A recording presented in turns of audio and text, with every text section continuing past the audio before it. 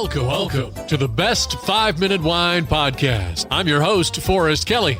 From the seed to the glass, wine has a past. Our aim at the Best 5-Minute Wine Podcast is to look for adventure at wineries around the globe. After all, great minds think alike. Let's start the adventure. Our featured winery is... We continue our conversation with Barry Hoos, COO of Lakeridge Winery and Vineyards. Looking at your location in Florida, it looks like you're just a few miles northwest of the Magic Kingdom of Orlando.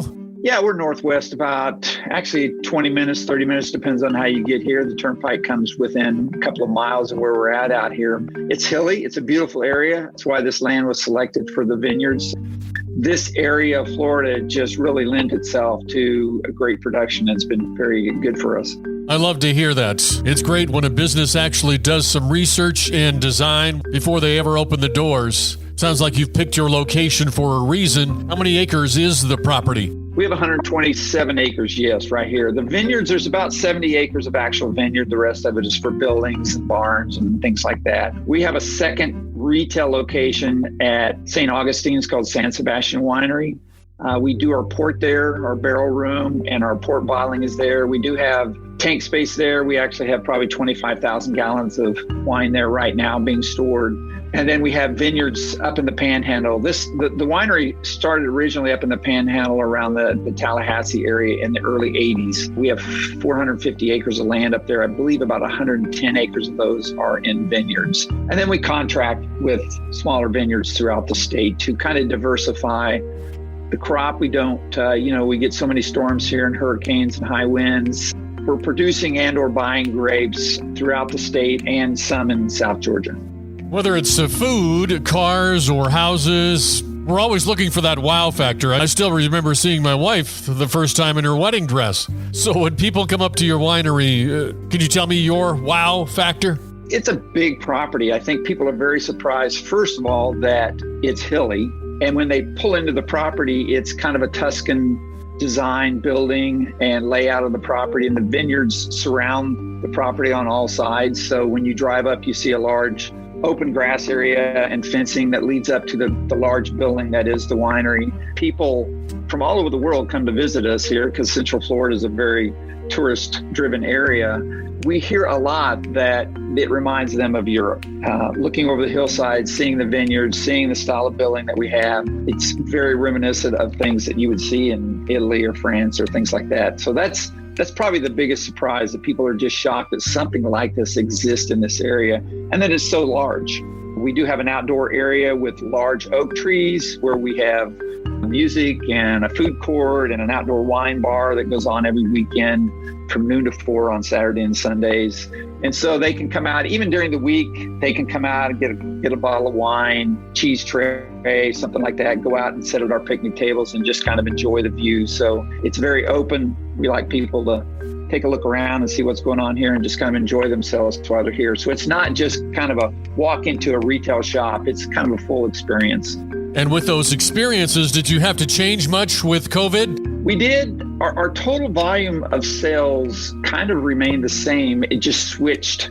We were wholesaling a lot, of course. Everybody's at home buying their wine at the local supermarkets rather than coming into the store. So our volume was kind of the same, but we don't sell the same wines in wholesale that we do in retail. So a lot of our specialty wines, like our sparkling and our ports and things, we don't wholesale those. So we had to really gear up and try and get in more glass and bottle a lot of our staples, our main red and our white and our blush that we sell mainly through wholesale. We had to bottle lots more of that and get us ready. So that was going on in the wholesale world and in our production schedule. At the same time, our retail shops, for a small period of time, were almost shut down. We did stay open the whole time, but at our location at St. Augustine, we have a bar and a restaurant on the top of the building. Of course, that had to shut down. Normally our tours last about an hour, where we do a guided tour. They go in and they watch a short film on the history of the winery. And then a guide takes them around. They see the tank room and they see the